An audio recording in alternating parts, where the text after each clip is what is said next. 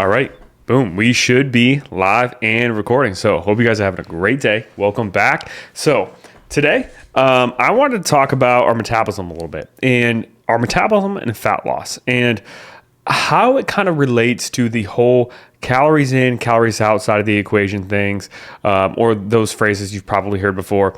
And if that's actually true and a different way of kind of thinking about things. Because I'm sure like you've all seen either posts online or on social media, or you've been talking to a person and you've been struggling with fat loss and losing weight. Like, I've been trying everything, don't really know why I'm not losing weight. And someone's like, hey, you just need a calorie deficit. You just need a calorie deficit to lose weight. That's what's required. If you're not losing weight, not losing fat, it's because you're not in a calorie deficit, which theoretically is, for the most part, very true. If you are not losing body fat, you likely are not in a calorie deficit somehow, whether it's we're not tracking our food accurately, whether it's we're not being as physically active as what we need to be, or maybe we are reducing calories, but maybe we just didn't reduce them enough to actually achieve a significant deficit, or a deficit that actually will, yield noticeable results. Or maybe we decreased calories and for some reason our body adapted to that. And maybe that deficit isn't as big of a deficit as what we think to lose body fat. So we're not seeing as good of results as what, we would expect. But I wanted to do this and give you three kind of analogies or examples of how creating a calorie deficit for fat loss works in the real world, right? You could do these simple calculations with equations online or on the internet to be like, okay, I burn this much, this is how much to eat, and boom, I'm gonna lose weight. But it's not as simple as that all the time. And these equations can't really give us perfect numbers to aim for, and can't necessarily give us a perfect approach.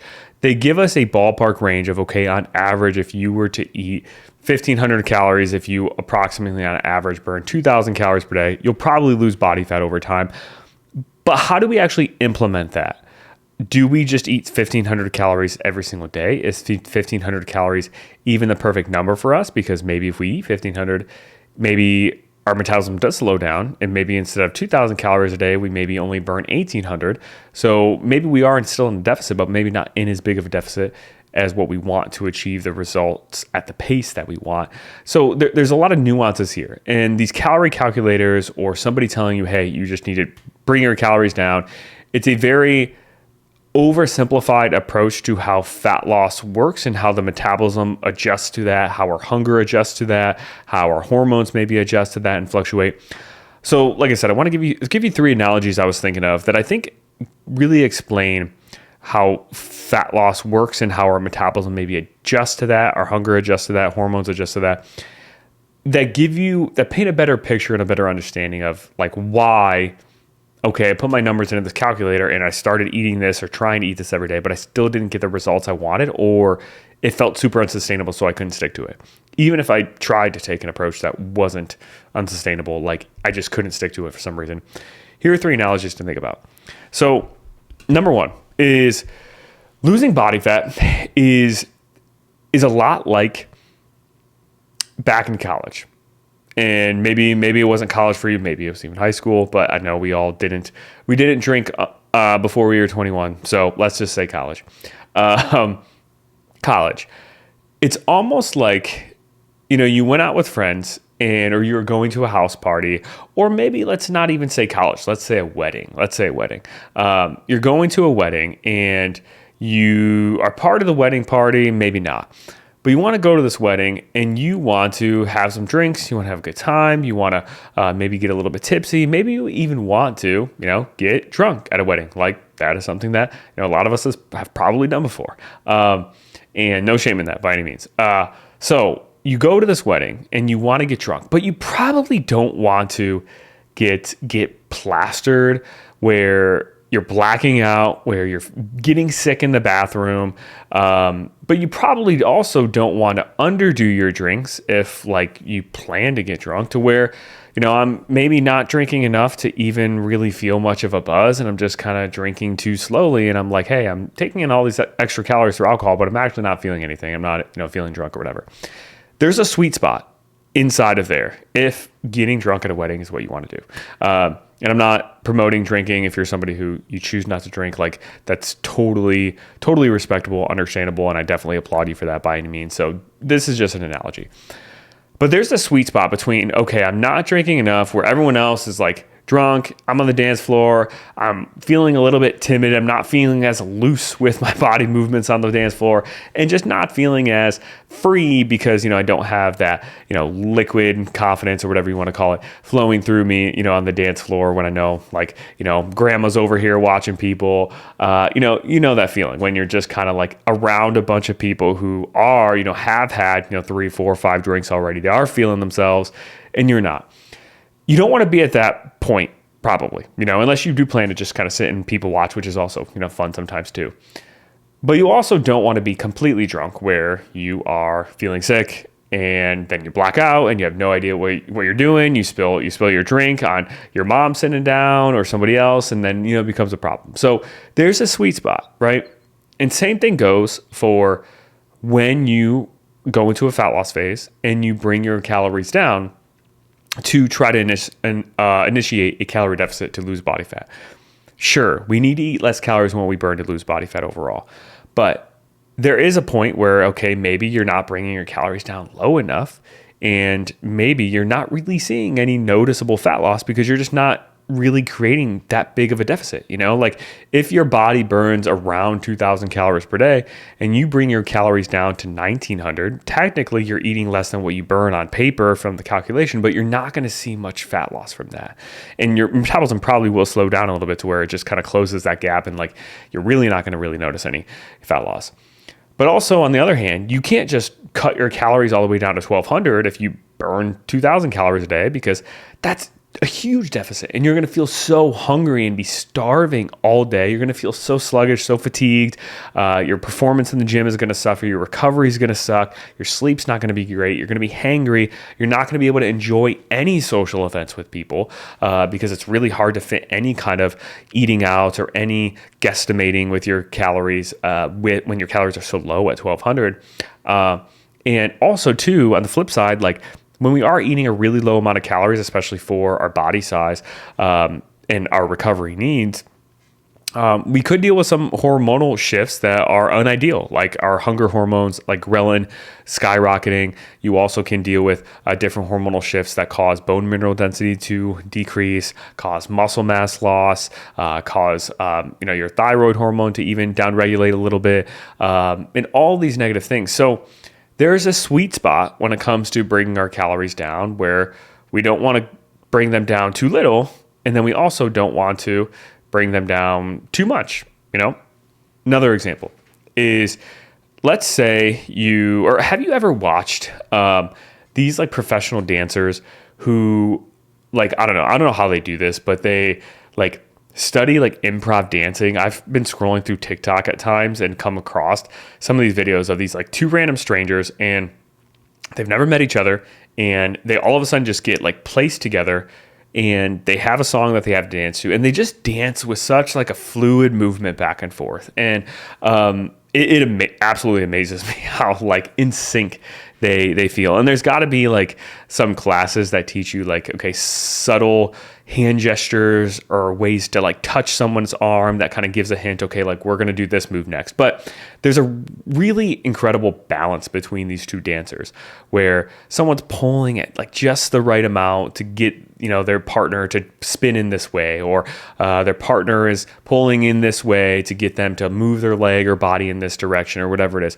There's such a delicate balance there where if one partner did pull too hard or give some kind of signal that was too strong or this or that, then it would probably throw off the whole entire dance. Then they would probably start tripping over their feet, tripping over each other, falling down, awkward movements. And fat loss is kind of the same way, where like I kind of, described before, there's this range of calories that we need to eat in to see like consistent fat loss day after day or week after week. But you can easily go too extreme or too conservative with that number.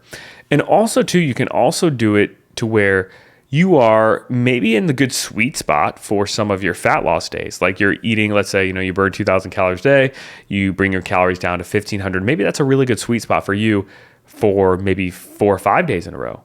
But maybe after that fourth or fifth day, you actually need to pull back a little bit and bring calories back up and maybe bring them up closer to maintenance, to maybe 1,900 to 2,000, to kind of give your body a little bit of a reset on a week-to-week basis, so your hunger doesn't end up getting too high, your recovery ends up improving a little bit for a couple of days, your energy levels improve for a couple of days, and then it overall makes that deficit feel more sustainable to keep up with, which is something that we implement a lot with nearly all of our clients. Is every time we do a fat loss phase, like we don't have their calories be at their fat loss range of calories all 7 days of the week. Typically, usually we have at least 1 or 2 purposeful maintenance days or higher calorie days in there to kind of have that balance of push and pull. You're trying to push a little bit, bring your calories down for a few days, maybe 3, 4, 5 days of the week.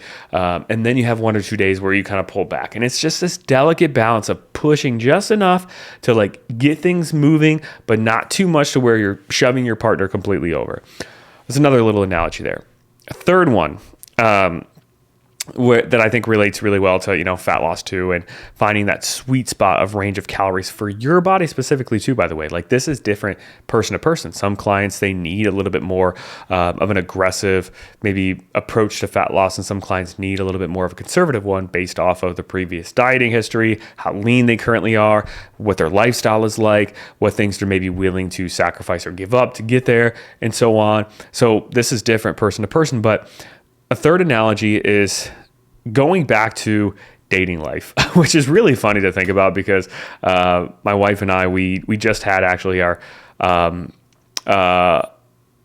6-year anniversary, wedding anniversary. I had to think about that. I was thinking 13 years, but that's because we've been together for 13 years.